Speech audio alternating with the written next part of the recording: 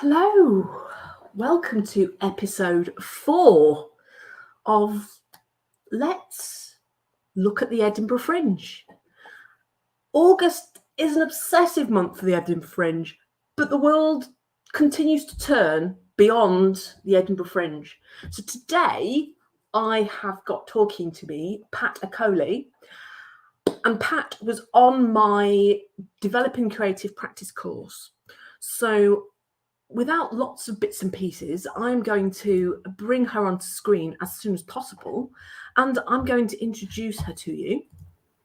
Welcome, Pat. Thank you for having me.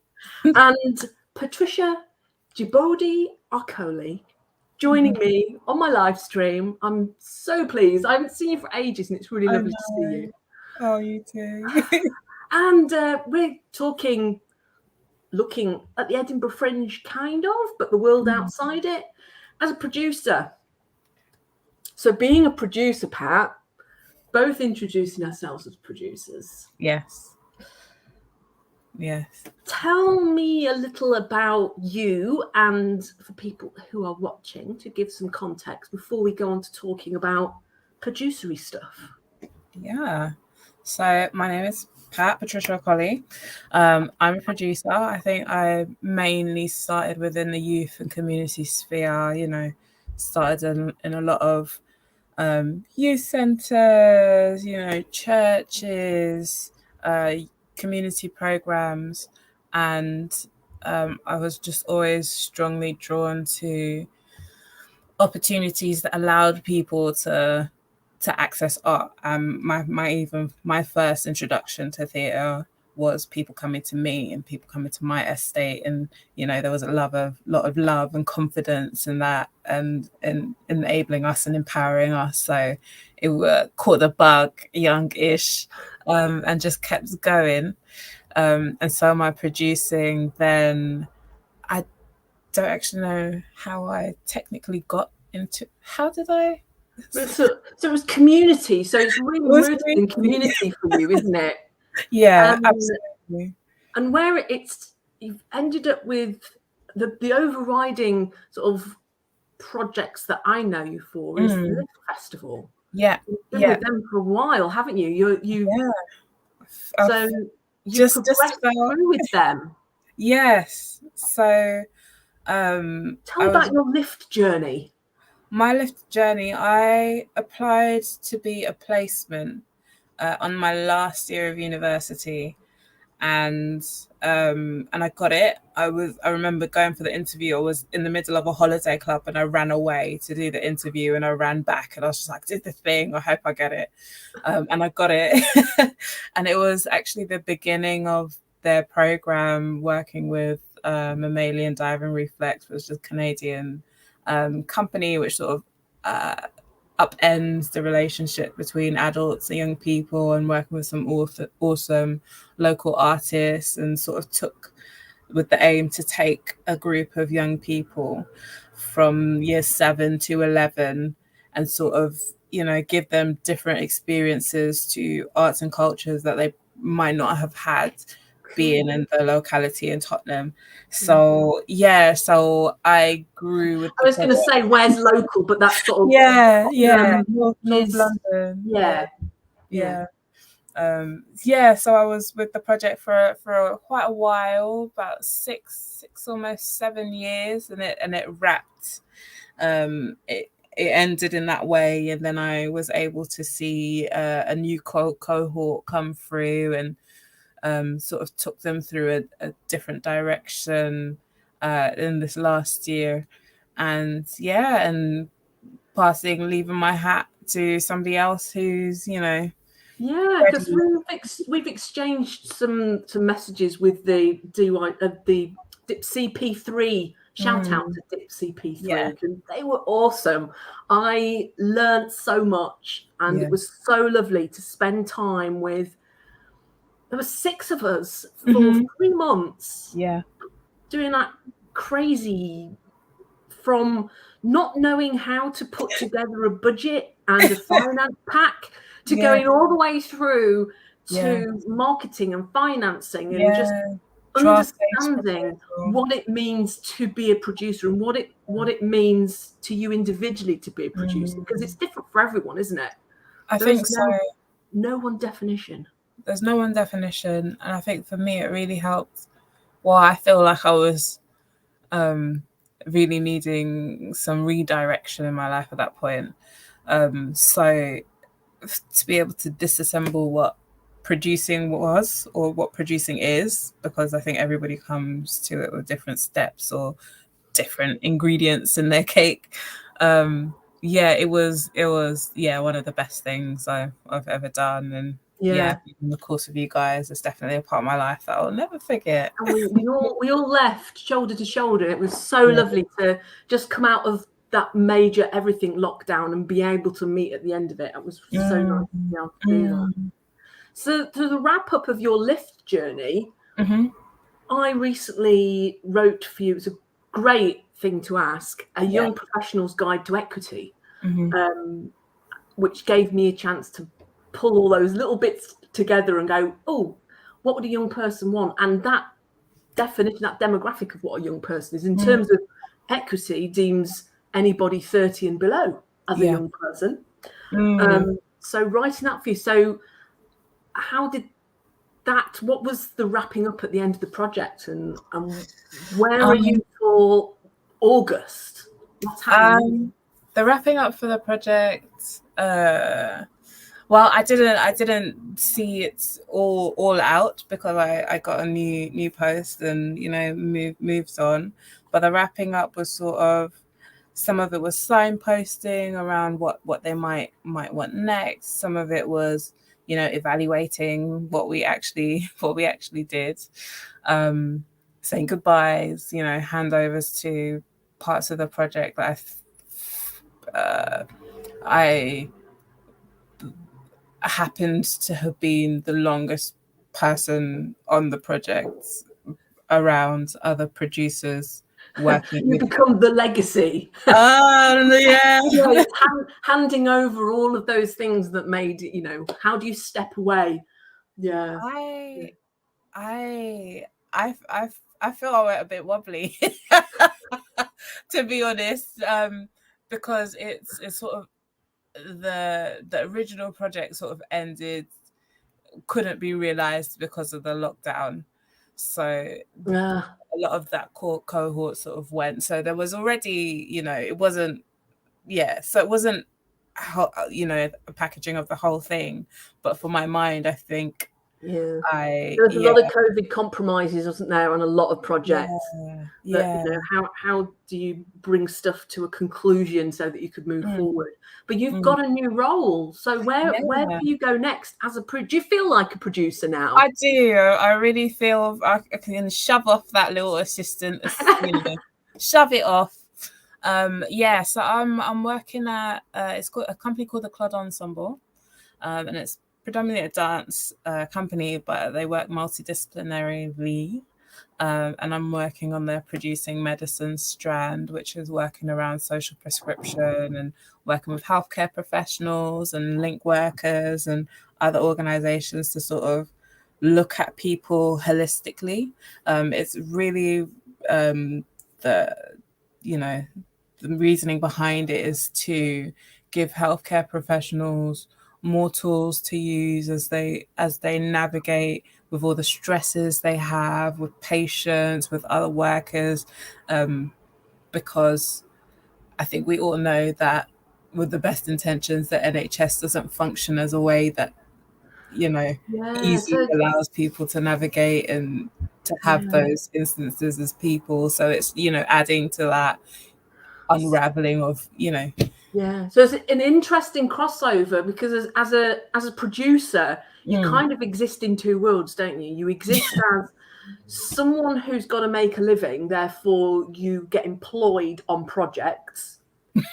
But then for a lot of creative and independent producers, there's this concept that if money was no object, I would be doing this, and it tends to be the job that you do, but as you want to do it. And your if you won the lottery job was as part of the DIP CP. it was to do with skin conditions Yeah. and health. And so what's your crossover at the moment? How, do you want to, have you got projects on the back burner, or are you firmly sort of rooting yourself in employment? Where are you at the moment? I feel that I need to sort of have a healthier relationship with my employed work. So I'm sort of letting that roll and settle into it, and create the healthy boundaries. And it helps as well that you go into places where they're also re-emphasizing healthy healthy boundaries and healthy ways of being. But yeah, I think my mind was so full with all the things that was going and seeing a project through. It didn't leave a lot of space for my creative self. So I feel like that Pat is like, hey, hey. So because the last time that we met in person, you came to the Cyber Salon talk that I had done about this,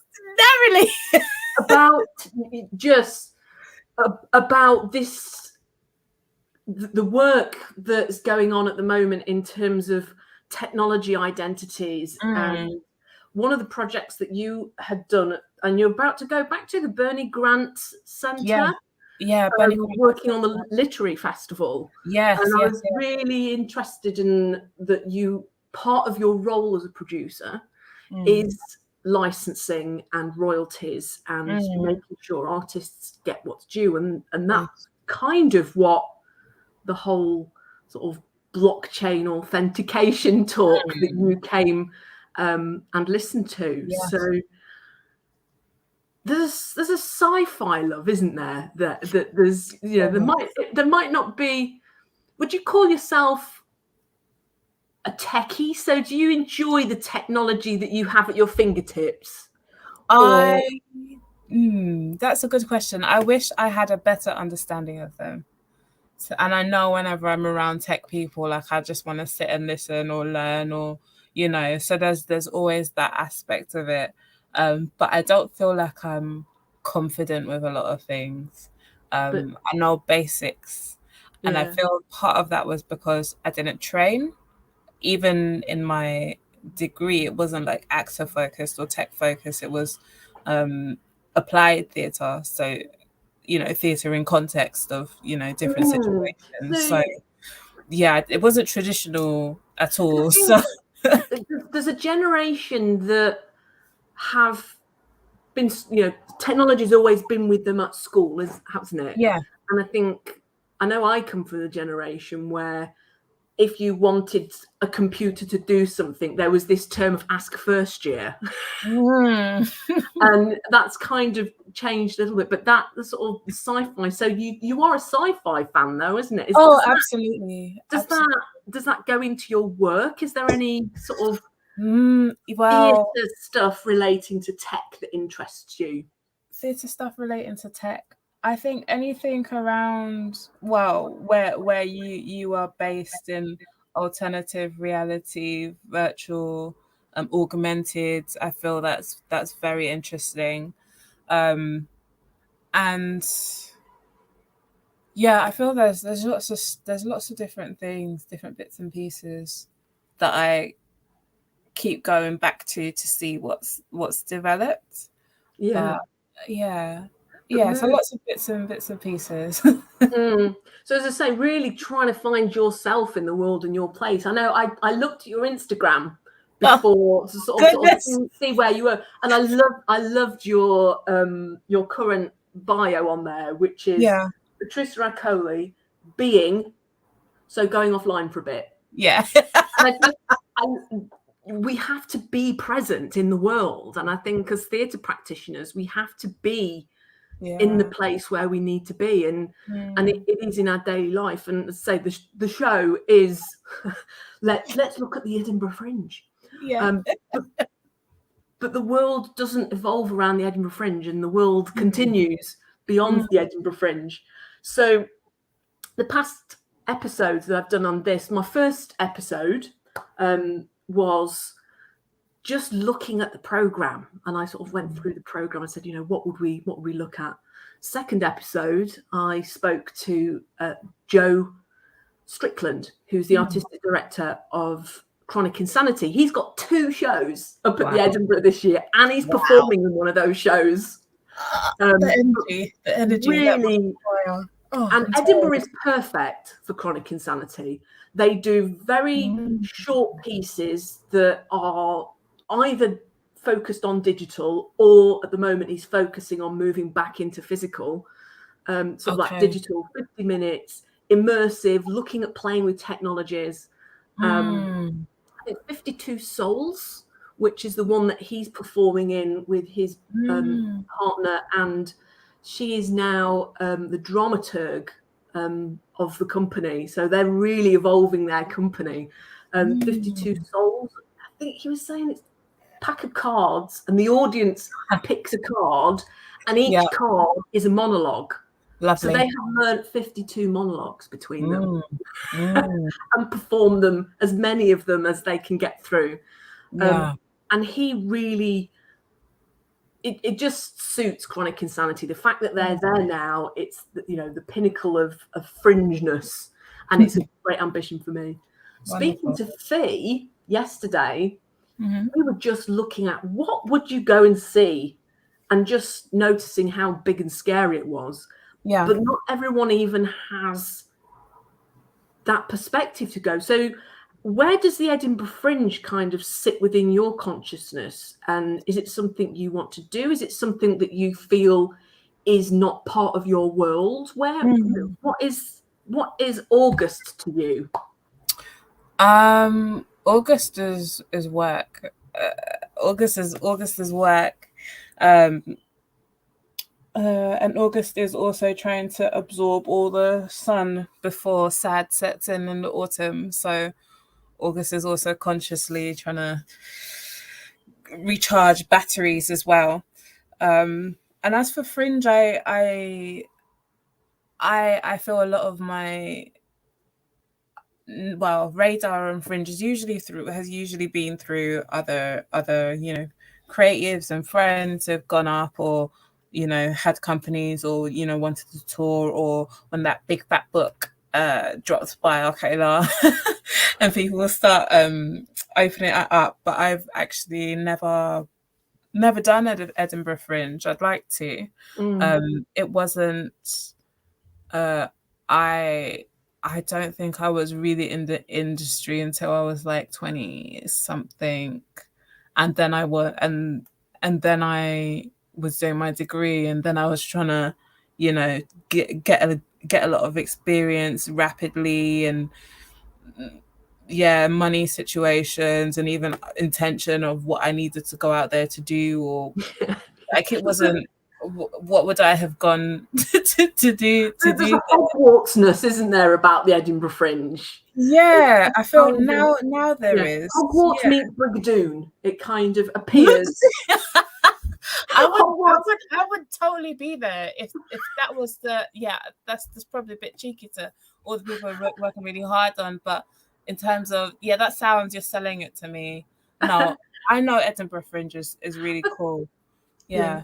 But there are, as I say, we talked about LIFT earlier. LIFT is the acronym for London International Festival of Theatre. So, there's the Brighton Festival, and, there's Liverpool, and there's storytelling festivals that go on. There's festivals all the time. There's festival season. Yes. But Edinburgh has got this, mystical magic of, absolutely, it is where you need to go. But there are some horror stories of how people... like selling your soul. I do, as I said, I really want to do the Fringe, but I don't. I want to do it in style. What's your style? What that looks like yet, and how much it will cost. No, if I had something to take up there, I would 100%. And if I was, able to do it in a financially viable way.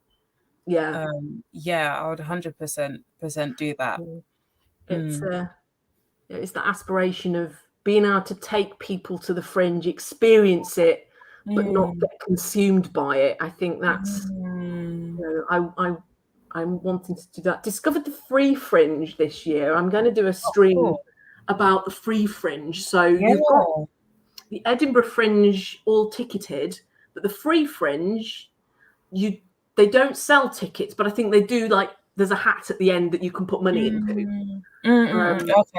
Okay. So I think they sort of bucketed, but there's a couple of Free Fringes which I didn't know. So I'm going to look a little bit about that. I like their digital offering as well. It's been interesting to see this year how Edinburgh has gone full back to physical. I think the digital world has kind of disappeared a little bit. I think that's a shame, especially for people who have access, you know, 1 location, 2 monetary, and 3 access, or whichever way that should rightfully be. I think shutting up the books on digital is a shame, or the way that things can develop.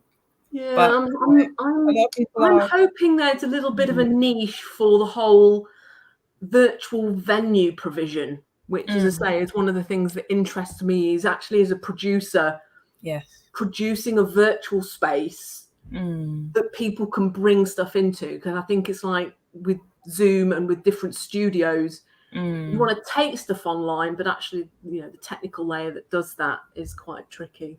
So I'm not going up to Edinburgh this year, and as I say, you're not going up to Edinburgh this year. But what does your next few weeks look like? You've got new projects. So I'm settling more into Claude, and that part of that is there's different boroughs that we're looking to connect with, and healthcare professionals, and sort of building up networks, but also settling into a little bit of the programming and producing around the literature festival.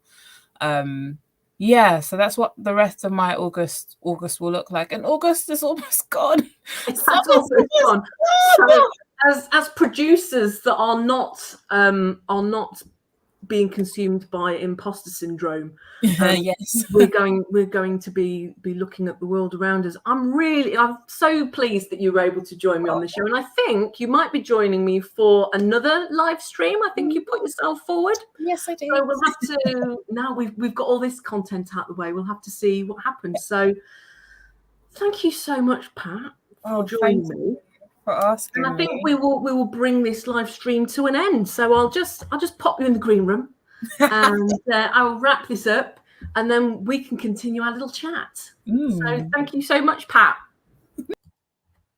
So thank you so much for watching. Did you like it? Please comment, follow, or subscribe, depending on if we are watching on Facebook, on Twitch, or on YouTube. People have asked me, who are my audience? Well, if you're watching, you are my audience. So thank you so much for watching. I'm PCM Creative. PCM Creative on as many platforms as you can find. And see you for episode 5.